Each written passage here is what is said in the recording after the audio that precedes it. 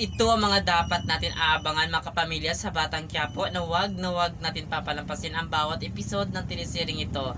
Ito ngang si David at si Olga, mabubuging na talaga ang lahat ng kasamaan at kasinungalingan ang ginawa nila dito kay Ramon, kaya aabangan natin ito kung paano talaga tapusin ni Ramon ang buhay ng dalawang manloloko na ito at Taksil. Kaya aabangan natin yan mga kapamilya sa Batang Quiapo na lagi natin pinapanood tuwing gabi, kaya abangan natin ito ang bawat episode ng teleseryeng ito.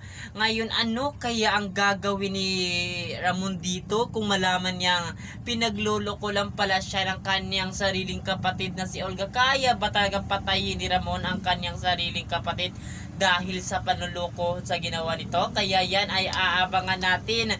Ito na ba ang katapusan ni David para talaga ay mapagbayaran niya ang lahat ng kasamaan na ginawa niya dito kay Tanggol? Kaya mga kapamilya, aabangan natin ito kasi nga babaliktad ang mundo. Kung sino yung inaapi noon, ngayon ay lalaban na, at itong nang api sa kanila ay talagang babangon talaga sila sa putik at babalik sila kung saan sila dapat. Kaya abangan natin ito lahat mga kapamilya sa Batang Quiapo, kasi ang bagong yugto talaga kaabang-abang na hindi natin inakala na ito ay mangyayari. Ang lahat ng ito mga kapamilya ay papanoorin natin sa teleseryeng ito. At yun lang, maraming salamat sa panonood sa teleseryeng ito at sana huwag kayong bibitiw hanggang matapos ang teleseryeng kinaabangan natin panoorin tuwing gabi, at ito ang Batang Quiapo. At yun lang, maraming salamat mga kapamilya.